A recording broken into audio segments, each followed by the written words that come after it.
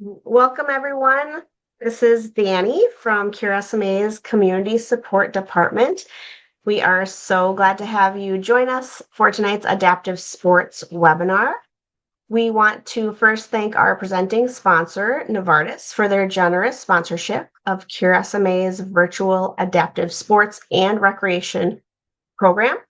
We have two housekeeping items that we'd like to highlight. First, if you would like to change your view settings so the attendee videos do not cover any part of your screen, please click the View button on the top right-hand corner of your screen and select Side-by-Side Speaker. And second, please note that all attendees will remain muted during the webinar. So if you have feedback or questions, you are welcome to submit them through the webinar using the chat box in the toolbar. And if you have any additional questions after today's presentation, you can contact the community support team at communitysupport@curesma.org. So without further ado, let's jump right into tonight's presentation. Before we bring on or hear from our panelists, we want to share a little bit about some new resources we have as a part of this adaptive sports and recreation program. And the first here is the website, our brand new page on our website, which is dedicated specifically to adaptive sports and recreation. On this page, this will sort of be your one-stop shop for any resources, programming, webinars we do in related to this program. So you'll see there in the middle, we'll house all of our webinars, including this one tonight. This is recorded. We have an upcoming adaptive recreation webinar, which is geared more towards hobbies, pastimes, whereas this one will be more focused on sports and like leagues that you can join and compete in and things like that. We'll also house any past recorded presentations that we've had on recreation or adaptive sports that will all be here. Additionally, we will have resource guides here, and we'll have a whole host of helpful blogs, articles, and program locator tools so that you can get involved in your area and learn more about the resources in the local community where you live. We also have a number of new resource guides and growing. So tonight you'll hear about wheelchair basketball, volt hockey, and several other sports. But as you can see here, we will have a wide variety of resource guides available. And in our upcoming webinar on recreation, you'll see some of the other topics that we'll cover and that we will have guides on that you're able to request by reaching out to us and requesting them on the website. So now let's get to the good part of our panel tonight. I am excited to pass it over to Ed, Kurt, Marley, and Charlie. Thank you, Danny. I am glad to be with everyone, and I'm glad to connect with our panelists here in just a few moments. I am Ed Bronsdon, and for 28 years, I was fortunate to serve as executive director with Outdoors for All, a Seattle-based adaptive sport and recreation nonprofit. Can we go to the next slide, please? Outdoors for All offers skiing, cycling, and other activities for people with disabilities. I retired from that organization 2 years ago. These days, I consult, teach, and volunteer. One of the organizations that I volunteer with is Move United, both as a board member and also as an instructor. Move United, next slide, please. Move United is an association of over 240 independent organizations, parks and recreation departments, and other groups all across the United States, with dozens of different sports and activities available to try out.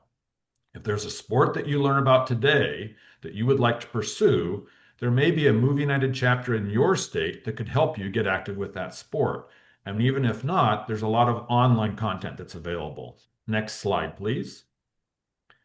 Two adaptive sports that I particularly focus on include adaptive skiing and cycling. Shown here are just some of the different kinds of adaptive cycles that, depending upon your abilities, you might be able to try out. If you have use of your legs, but balancing is hard for you, an adaptive foot and leg powered trike may work for you. Or if you don't have use of your legs, a hand cycle where you propel yourself with your arms could be an option. And there's a few of those in this photo. Next slide, please. If you don't have strength in your arms or legs, consider the duet tandem trike shown here. The captain in the gray t-shirt pedals, steers, and brakes from the back. The other rider sits in front and has available neck support, a waist and chest strap, and a base for their legs and feet to help hold them comfortably in the seat. This cycle also easily separates into just a wheelchair. I could go on and on about adaptive cycling, skiing, and many other options that are available to you. Some of that will come up in the January seminar. Let's hear tonight, though, from our panelists and their personal testimonials of activities that they enjoy. First up, Marley Robinson. Marley, take it away. Hello, everyone. Yes, my name is Marley Robinson. I'm 25 years old. I have SMA type 2, and I'm from Mystic, Connecticut. And I'm here today to talk about Volt hockey, which is a sport that I play. And I'm also the president of the nonprofit dedicated to growing our sport here in the US called the United States Volt Hockey Association. Next slide, please. If we could also play this video, that would be great. So to give you a bit of a background about our sport, this is an example of what it looks like. These are two of the best Norwegian teams from a few years ago.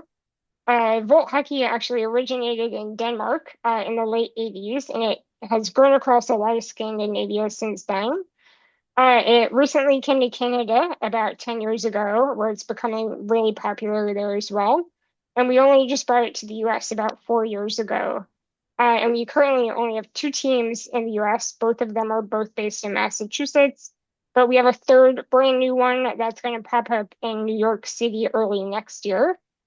So Volt hockey is a 3v3 power wheelchair sport played in these custom chairs, which can reach pretty much up to about 9 miles per hour. And they turn really quickly, so they're very different from your typical wheelchair. They also have a paddle attached to the front, which you use to control a ball that we play with, which is basically like a sturdy wiffle ball.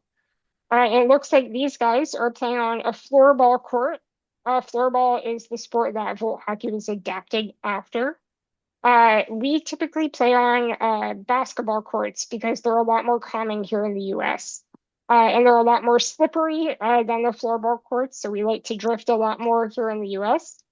And on either end of the court, there's two goals, which you're trying to get the ball into. And around the court is basically like a plastic barrier to define the playing space and to prevent the ball from getting away from you. Next slide, please. So now to go over how I got involved in Volt hockey. I discovered it when I was a senior in college in Boston. At the time, I was creating my school's first disability club, and I just so happened to be invited to an adaptive sports event where Volt hockey was being demonstrated for the very first time in the US. I got hooked pretty quickly because it was one of the first times I was able to play completely independently in a sport that was super competitive and also fast-paced. At the time, no teams in the US had existed yet, so I became one of the first players on the first team in the US called the Boston Whiplash, which I've now been a part of for almost 4 years. And this photo is of me competing in my very first tournament about 3 years ago at the North American Championships held in Toronto. It's a super fun tournament. It's one of our favorites. We play against pretty much all the Canadian teams who are very rough and competitive, so very fun. And my team also travels to Sweden a few times a year to compete in tournaments. Just this past September, we were in a town north of Stockholm for the Volt Hockey World Cup, and we'll be going back to Sweden this February for the Malmo Open, which is one of the biggest pro sport tournaments in Europe. Next slide, please. So to show you how we can actually customize the chairs to meet different people's needs, this is my chair that I use.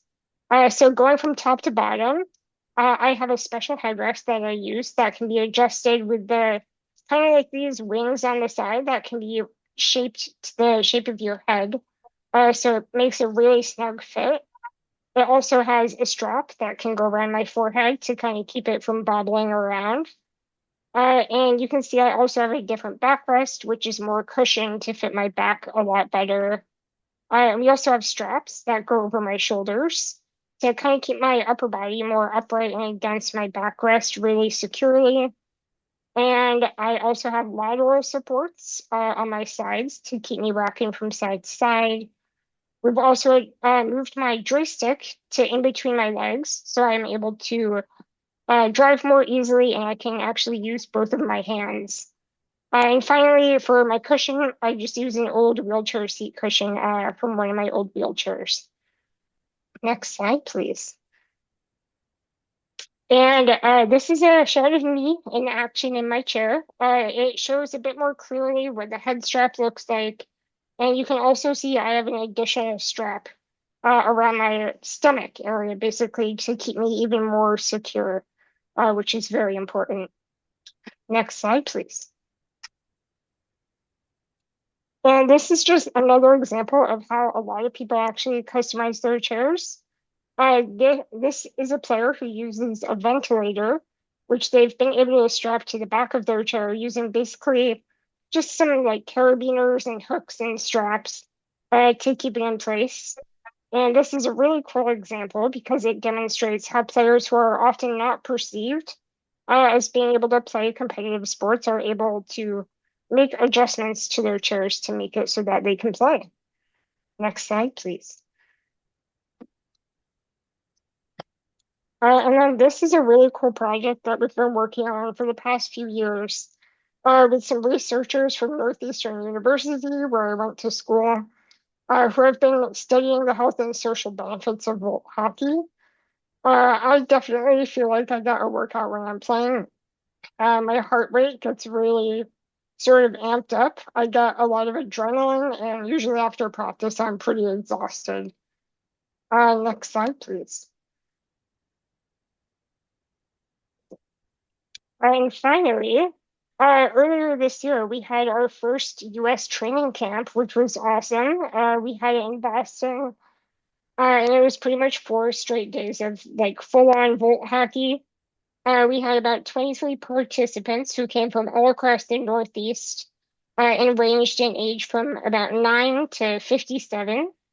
There were a wide variety of disabilities represented, including SMA.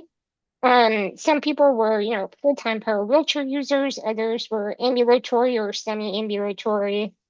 And Volt hockey is again very cool and different from other adaptive sports in that we don't have any sort of classifications or limitations on your disability or any conditions that you have. So a lot of people are actually able to play. And for our training camp, we flew in some expert players and coaches from Norway, who we are, we've loved for so many years now and who are really leaders in the sport. And they were able to share their knowledge with us for the entire training camp.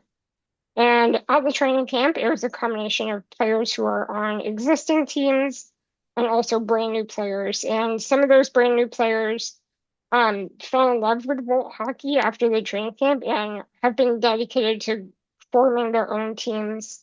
And that's actually how we're getting our New York City team started, which is awesome. And we're bringing this training camp back again in August of 2026. So if you're interested in joining us, definitely check out the United States Volt Hockey Association. Follow us on our socials or sign up for emails to get some more info about that. Next slide, please. So to end my presentation, I have this little video that actually just got released yesterday. It was our very first professional video, actually created by a guy whose brother has SMA, and I met them by chance at the SMA conference this year when they saw me speak about Volt hockey, and he wanted to make a video about it. So it's very cool. But unfortunately, we're not able to share the audio today, but I can talk through it a little bit. But it's basically just having a few player testimonials. That's me sharing about why we love Volt hockey. A lot of players, express that it's a sport that they're actually able to fully play by themselves. And they've never had that opportunity before just to compete in a sport. And being able to be part of a community as well. and being able to meet other people with similar disabilities, maybe even not similar disabilities, you're able to kind of interact with people from different communities within the disability community, which is awesome. And you see, a few action shots kind of thrown in around here too, which is great. But yeah, I think that's kind of it for me. Next slide, actually. So again, I lead a nonprofit called the United States Volt Hockey Association. We're, really dedicated to growing the sport because, as I mentioned, right now we just have two teams in the country. So we're really trying to grow our sport here in the US. So we can, provide resources about funding for equipment, where to find gym space and get people involved and all of that stuff too. So definitely reach out to us. But again, I think that's it for me. And I'll hand it off to Charlie. Hi everyone. As Marley just said, I'm Charlie. I have SMA type 3. I'm 18 years old. I live in South Lake, Texas. I'm a senior in high school, and I'm getting a lot of hearts here. I appreciate that, y'all. And I play wheelchair basketball for the Dallas Junior Mavs, which is my juniors team that I play with a bunch of high schoolers like myself. I also play for the DFW Ball Hog, which is the adult team that I play with some of my coaches and other adults in the DFW area. Next slide, please. So, wheelchair basketball. It is exactly what it sounds like. It is basketball in a wheelchair. Um, we'll get into a lot of specifics of it later, but right now, I do want to briefly share something with you guys. A few days ago, when we were doing the tech rehearsal, we were going over questions that people asked. And someone, I hope they're in here, asked a question that was ideas for type 3 young adolescents. They struggle to belong anywhere in sports with no wheelchair, but can't keep up in typical sports leagues. And that is quite literally the exact same thing I went to back when I was 10 years old looking for a sport to play because I was always athletic. I always liked playing sports, but I never really felt like I was able to fit into any real sports leagues until I found wheelchair basketball. So, next slide, please. Why you should play it, right? The exact same reason that I did. I tried it out. I never really used a wheelchair before. I never really knew what it was like or what it was about. And I got in that chair, and for the first time, I truly felt freedom. I felt a freedom of movement I never felt before in my life. It was amazing. But besides just the way I was able to move around in it and the way it made me feel physically, I've met so many great friends, lifelong friends, and have made so many good connections to this community. Just like Marley said with the Volt hockey, you meet so many people with so many different disabilities through an adaptive sport. You make lifelong friends, and I genuinely don't know where I would be without it. Like it is like it's something that keeps me healthy, something that keeps me motivated. It is so good mentally and physically for me, and I truly believe for anyone who tries it. Next slide, please.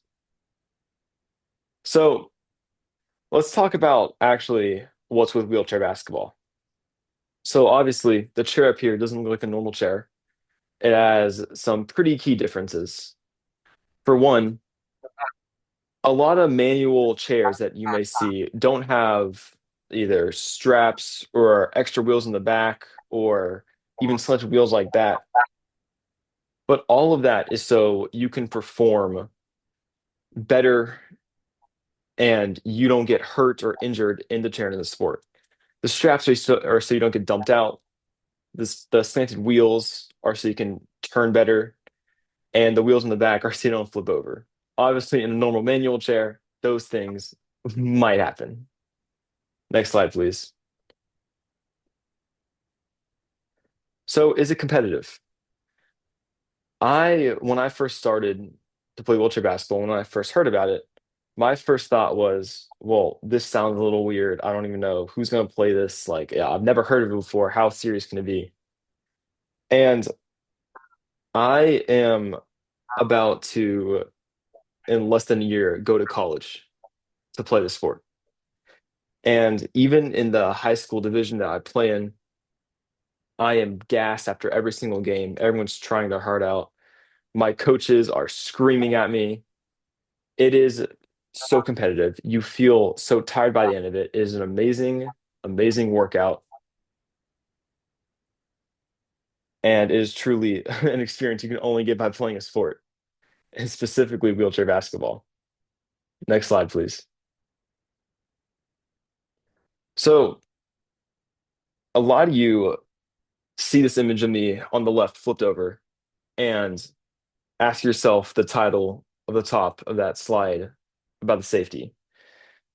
As I said before, there are straps in place and there are wheels in the back of the chair to make sure that you don't get injured.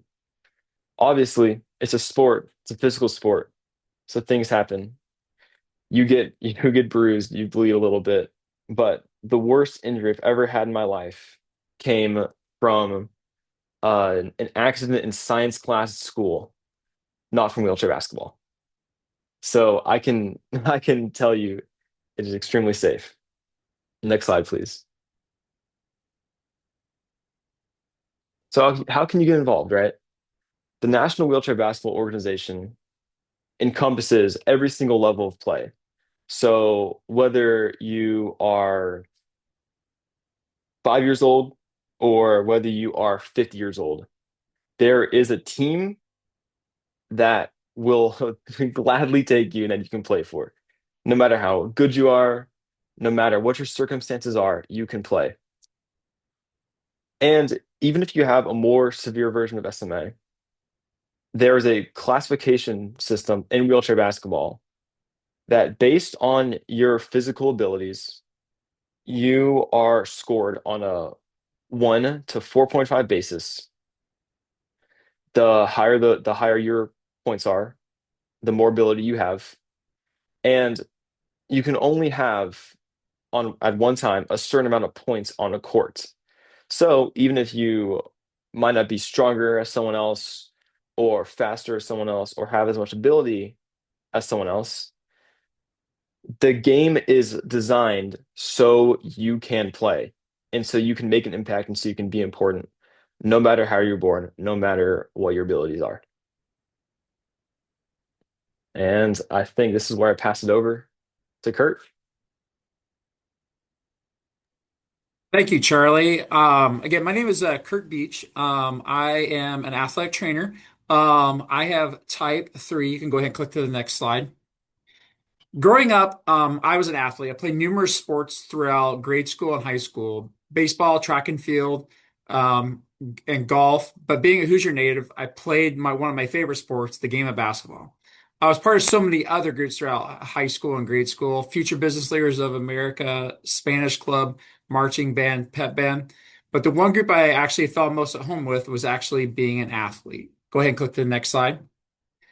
So after graduation in 1994, I already had chosen my career path. I wanted to become an athletic trainer. And going a routine medical exam before entering college, my doctor noticed something that was unusual, and he sent me and my identical twin brother to a neurologist down in Indianapolis, where I was diagnosed with SMA. I knew after my diagnosis, I needed to be better at going to the gym to help increase my strength that I had. You see, the gym was a place where I could always go, and I could basically be able to help my condition. And I had given up able-bodied sports because I really, at the time, didn't really know anything about adaptive sports. So after I started treatment, my energy level was getting a little bit better. And I remember covering a race one day, and I was watching these runners compete in a 5 and 10K. And I began thinking, I was like, I wanted to compete again. And I called up my drug rep at the time, and I asked her, I was like, what she thought about me walking a 5K. And I knew I couldn't run, but with the workouts I had done, I knew I could basically walk possibly a 5K. She thought that would be great, but suggested something that even better for us to do actually together. And that was a biking and kayaking adventure throughout the Florida Keys. Go ahead and click to the next slide. So in November 2019, I made my way to sunny Florida. Many of my friends and colleagues thought this would be such a fun adventure. But for me, this was a business trip. I needed to prove something to myself, but not knowing what that actually was actually a true adventure. On the second day of the trip, we were actually crossing this bridge that you see on the left-hand side. And on this bridge, um, as we crossed, there was about a 15-mile-an-hour headwind that was hitting us in the face. And our only bike path was the shoulder of the bridge with cars on the left side going 55 miles an hour and a 4-foot high concrete barrier on the right hand side. That was our only safety to a 30-foot drop into the ocean. I kept falling back into the group, where I was the last participant besides one of the staff members on part of the foundation we were with. I began for the first time that I thought I was not going to be able to do this. And in the middle of this bridge was a 150-foot climb. My doubts kept getting stronger. I was able to continue, physically exhausted. As I pulled into the campsite at night, I actually began to cry, knowing that I finished something that one of the hardest things I'd ever had to do in my entire life. The next day, we made it to Key West, the southernmost point in the continental United States. And as I crossed that line in the finish line, in the sand in Key West, I realized something that I had lost after my diagnosis. I had an amazing family, a wife that I loved, 2 wonderful kids, and a job that I thought I was going to retire from. But I felt there was something that was missing in my life. Crossing that line, I realized that it was the athlete with a disability that was something that was still inside of me. And I just hid it behind a lot of doubt and fear. Now that doubt and fear was completely gone. Go ahead and click the next slide. I also found after the trip, I began loving kayaking. It's something that I absolutely love to do. You can see in the picture on the right that is actually one place where I used to go kayaking a lot. But on the left, you can see there's actually different mechanisms that people can use in a kayak if you're not able to actually physically hold on to the kayak oar. You can actually use these grips that actually hold the handle on so you can actually do the rowing. There's also different outriggers you can use if you're unaware of if you're not very good with balancing.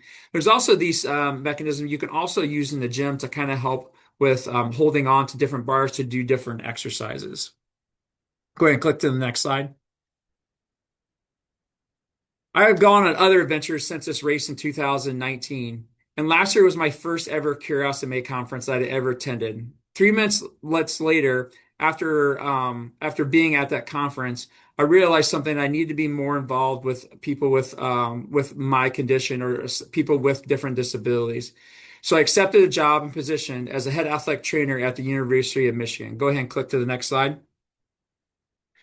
Where I'm the athletic trainer for the wheelchair tennis team, the wheelchair basketball team, the wheelchair rugby team, our para powerlifting team, and our adapted track and field team. I also, since starting there, have been practicing with some of our other teams. You see, one of my biggest fears of mine of playing stand-up sports was hurting my legs and not being able to walk.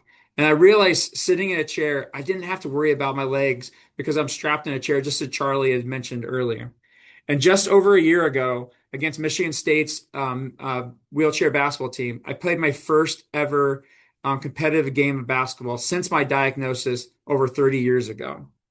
And since being at the University of Michigan, I've also been able to see disability, a world in a complete different way, especially with somebody with a disability.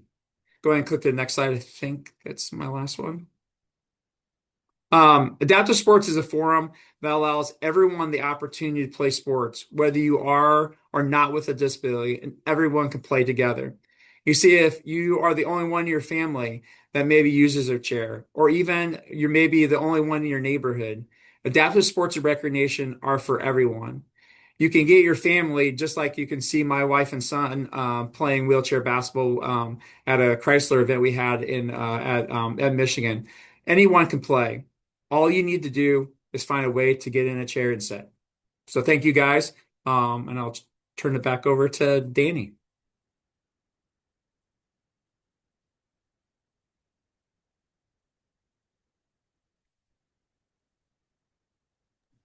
So what we have here showing are just some of the slides, and we'll make this available to everyone, just examples of organizations where you might be able to get grant funding for equipment. Um, you might get grant funding for programs. If you're brave and want to be a leader like Marley and want to get a Volt hockey program going in your part of the country, she'd be a great resource to talk to, and some of these organizations might be potential funders. We want to be resources to you. That's why our contact information is in here. Charlie's proud that he's now 18, even still in high school, so he gets to be his own point of contact, not just through his mom, who's wonderful. Marley is a fantastic resource. Kurt, your testimonial is amazing. You're showing in the connections with the family.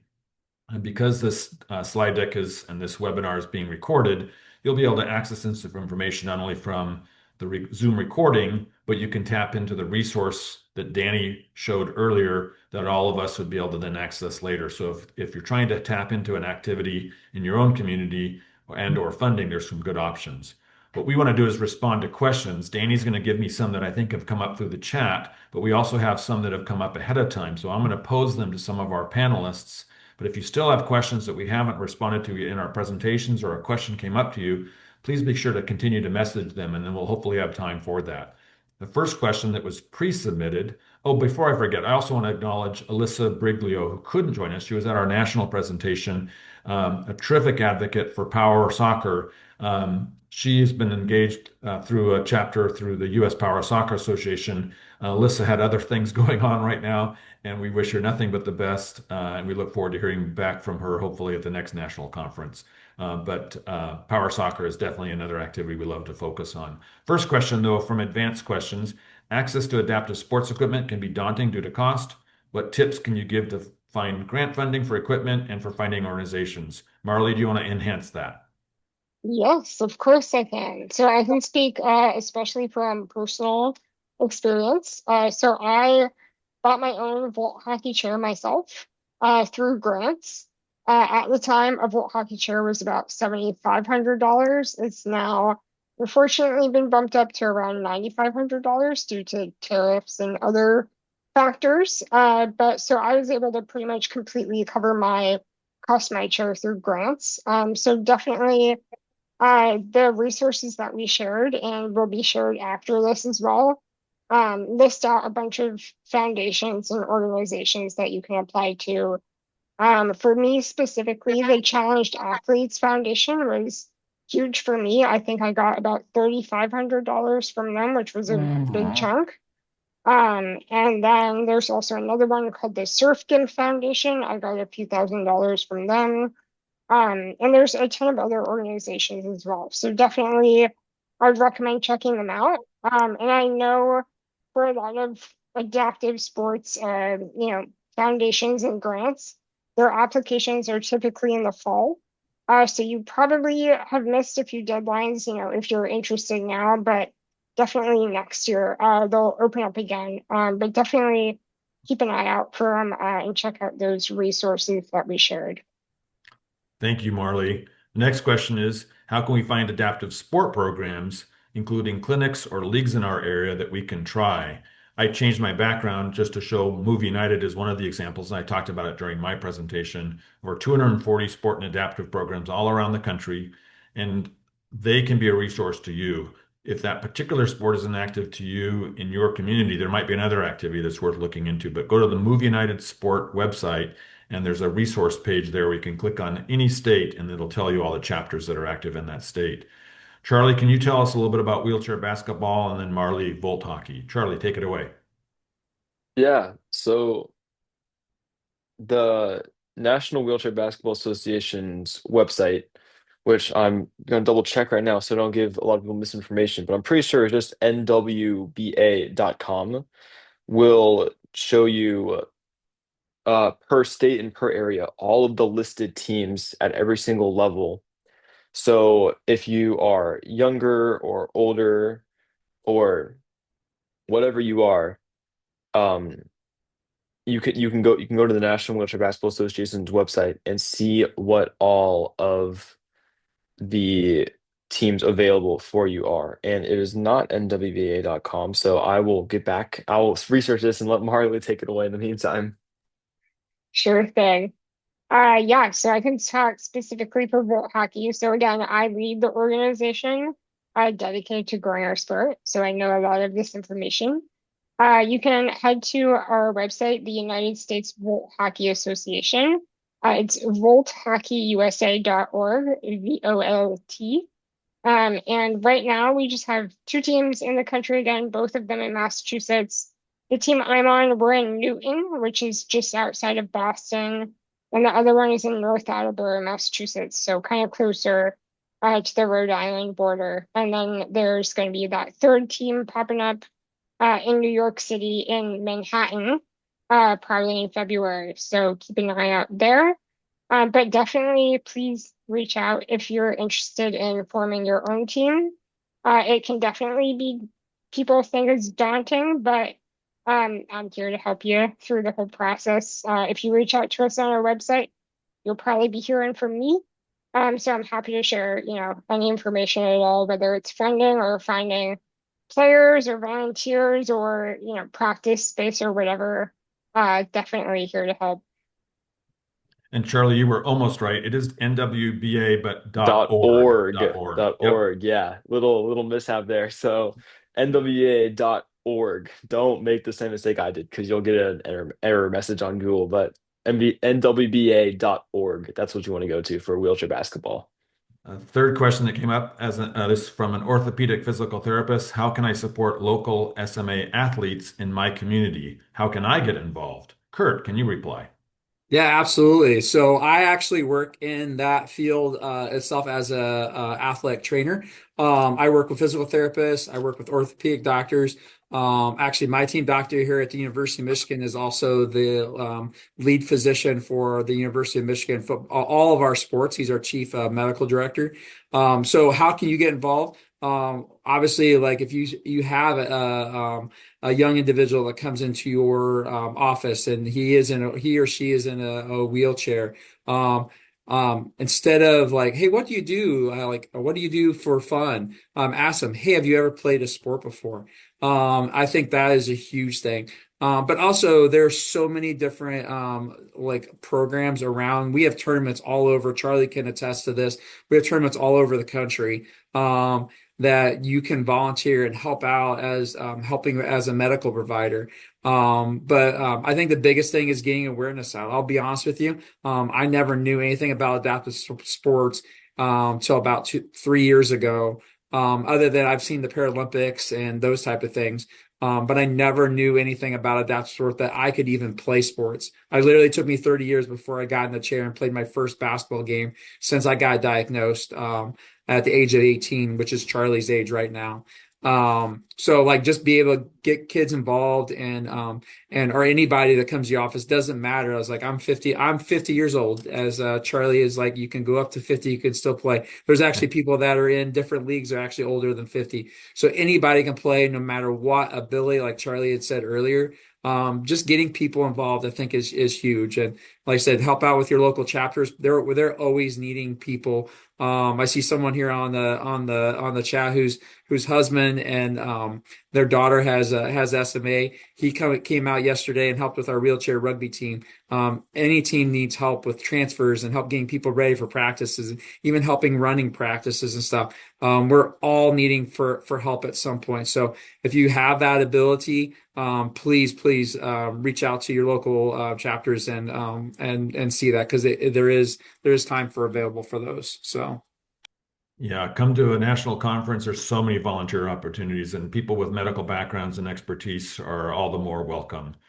Another question that came ahead of time, and we're watching our time. Are there any annual events in New England for 8-year-olds? Are there leagues near Southern Maine? How have how have some people started leagues? Gee, Marley, maybe you want to reply to this one.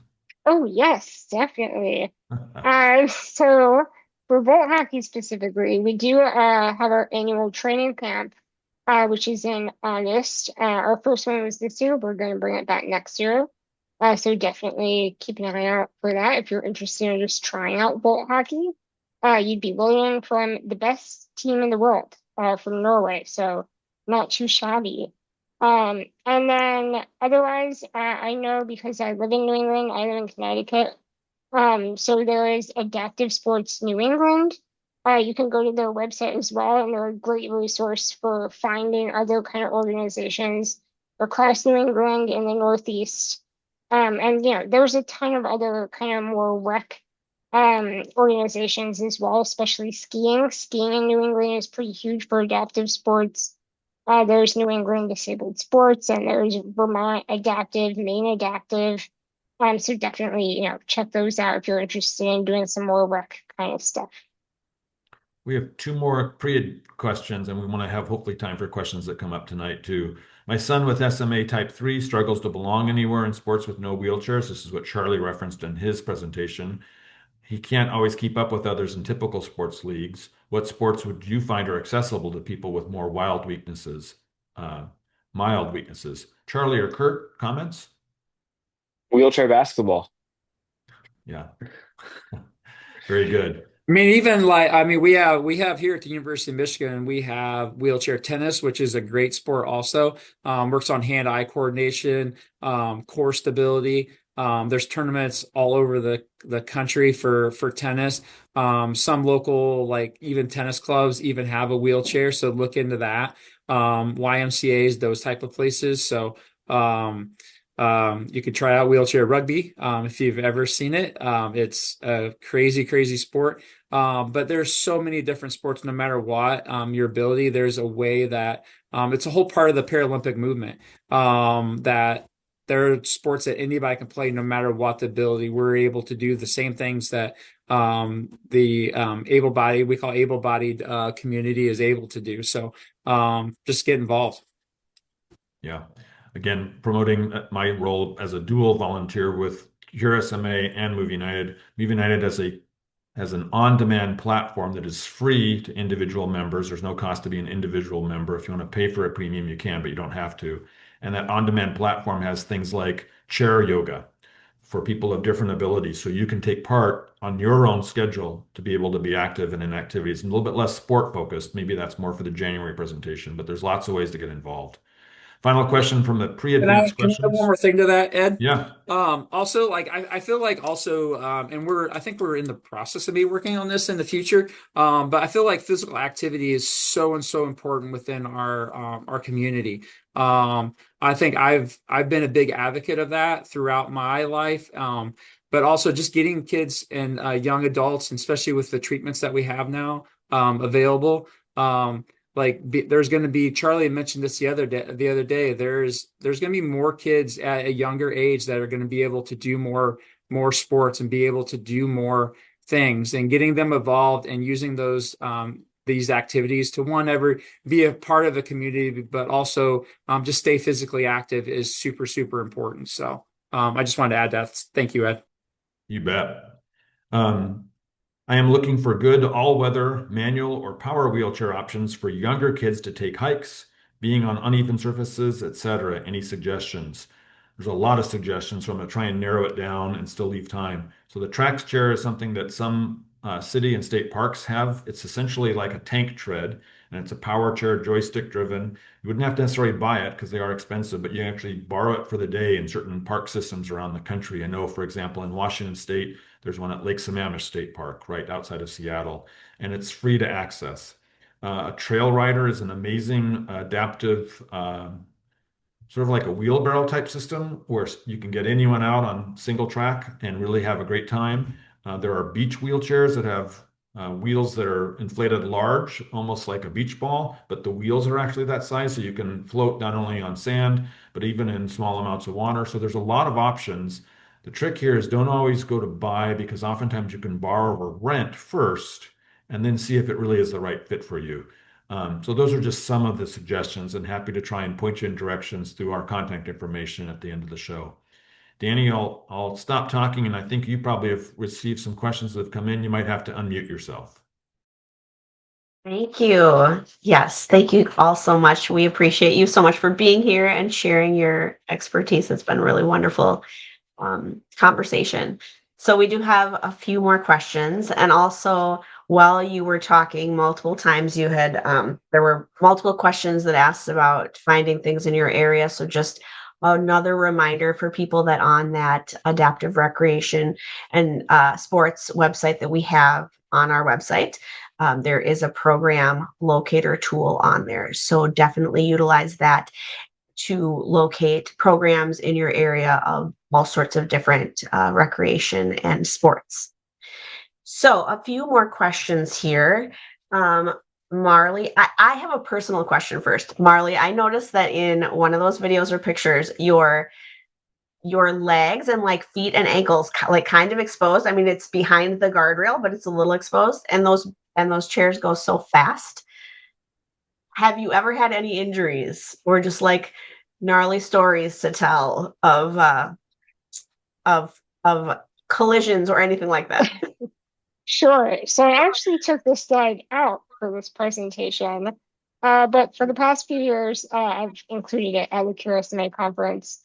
So basically, I've flipped my chair before and landed not too drastically, kind of just bopped over. But my head hit the floor, not harshly or anything.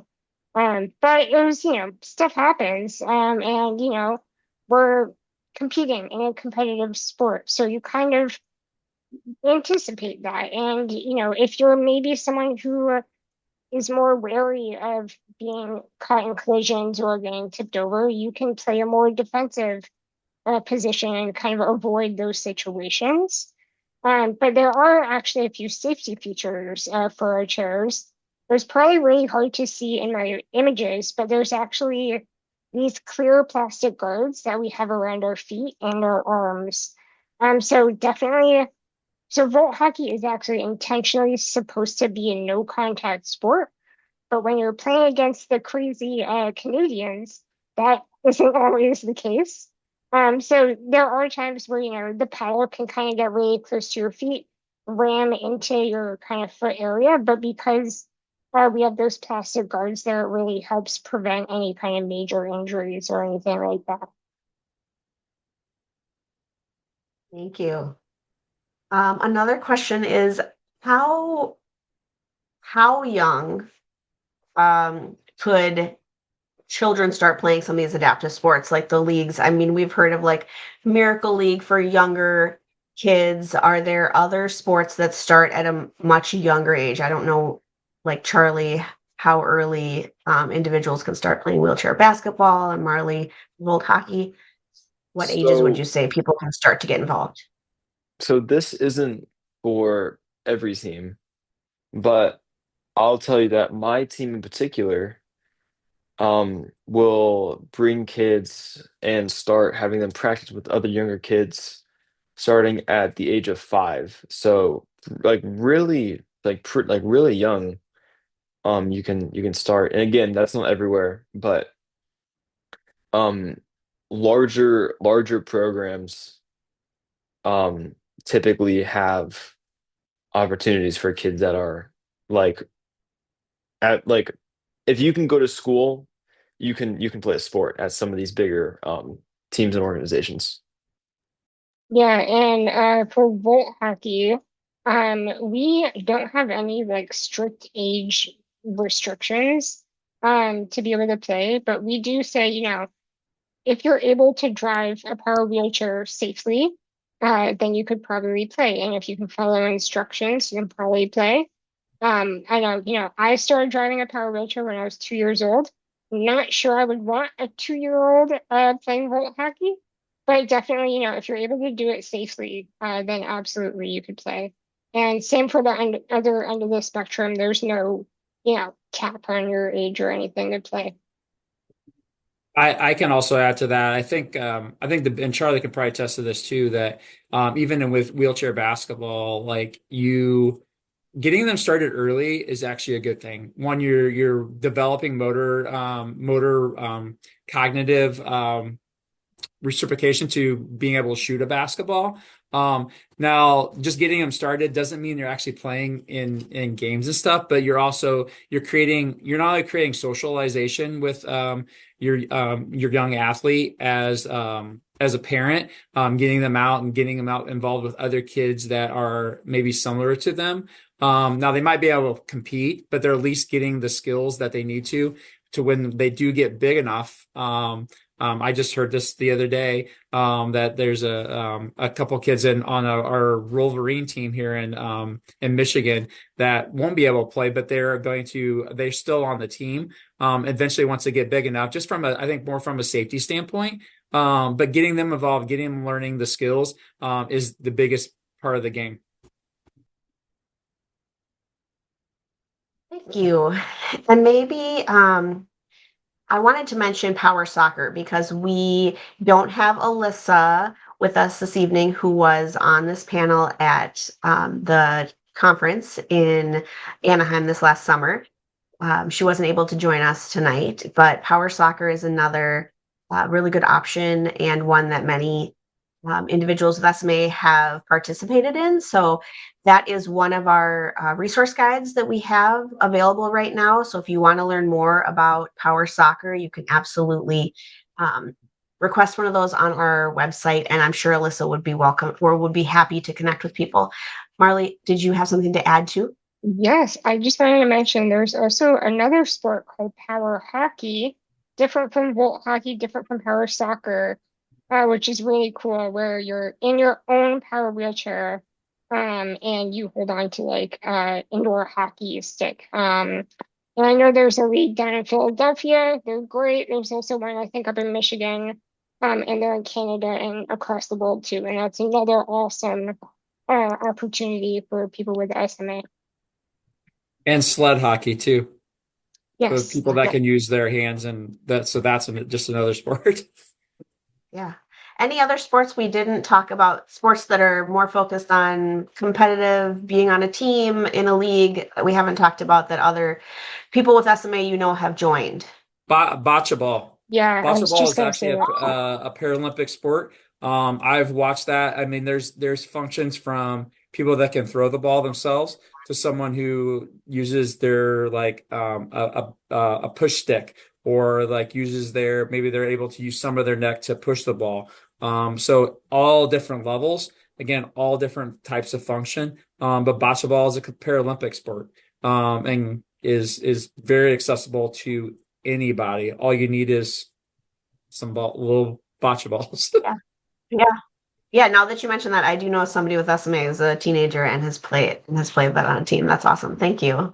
We also have an SMA person who's also a national champion downhill skier too, who has been at the conference in years past. So there's another sport. I mean, Ed can attest to downhill skiing. Yeah. But yeah, That's great.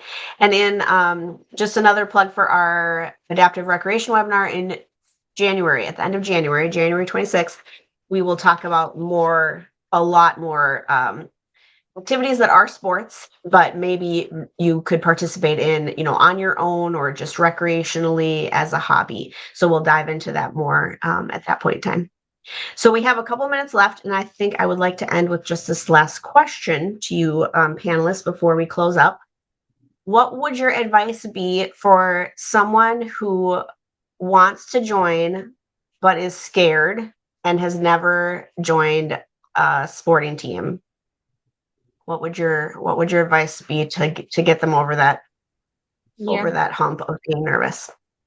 I think I can talk to that a little bit because before I started playing bolt hockey, I never considered myself to like be a sporty person or into sports or anything.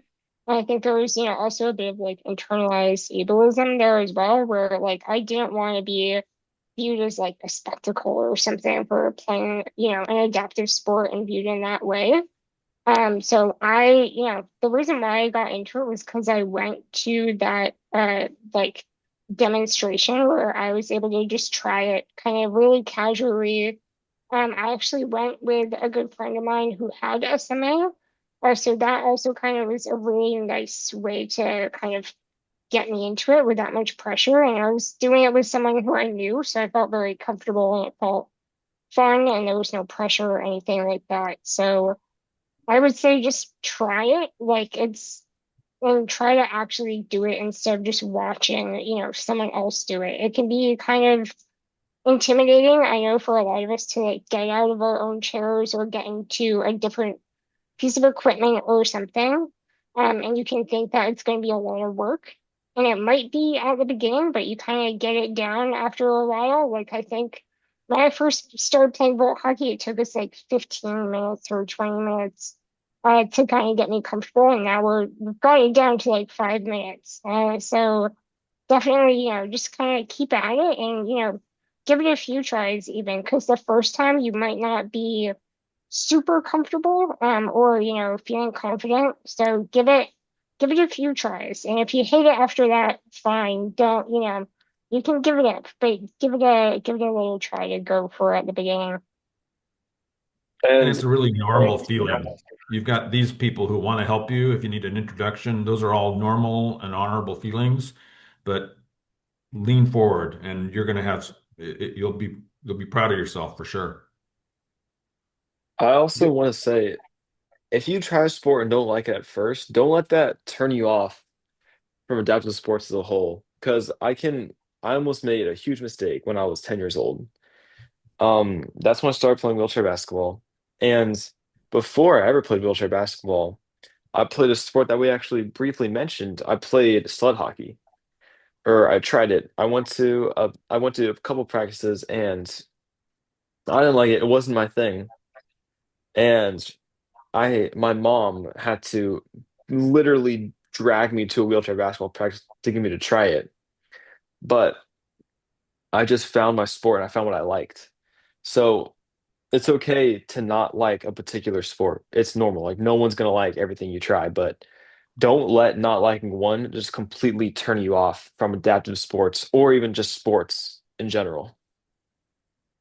I can also attest to that. I met a young lady 2 years ago in Orlando who wanted to have nothing to do with any wheelchair sports, and her parents kept encouraging her, and finally got sick of. She was a teenager and got sick of her parents nagging, "Hey, why don't you get involved?" And she went to wheelchair basketball. She's from Canada, and she went to a wheelchair basketball camp or basketball practice somewhere.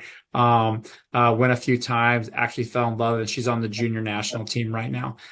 So don't let failures or fears discourage you from doing something that you might not even know that you would be actually good at.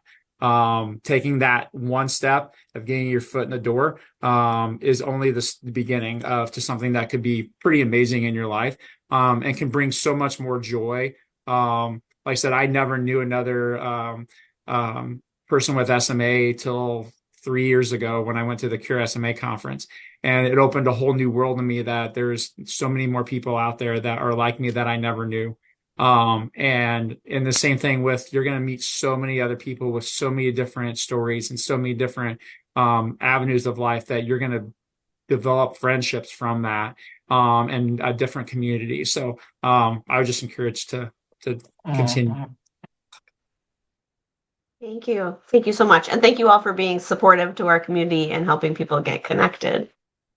So tonight we just want to thank everyone in closing for joining us this evening. When the meeting ends here, you will get a survey from Zoom that will appear right in your browser, and we would greatly appreciate any of your feedback and any ideas that you have to share. We want to thank Novartis again, our presenting sponsor, for sponsoring our adaptive sports and recreation programs. Again, if you have any questions, please do reach out to community support at communitysupport@curesma.org. This webinar is being recorded and will be available on our YouTube channel, so you can get all of the contact information for the presenters tonight as well there. And a quick reminder that we do have our upcoming adaptive recreation panel webinar, which will be on January 26th. And we will have an adaptive sports and recreation virtual resource fair on February 26th. So we hope you will join us at both of those. All right, everyone, have a great night, and thank you again for joining us.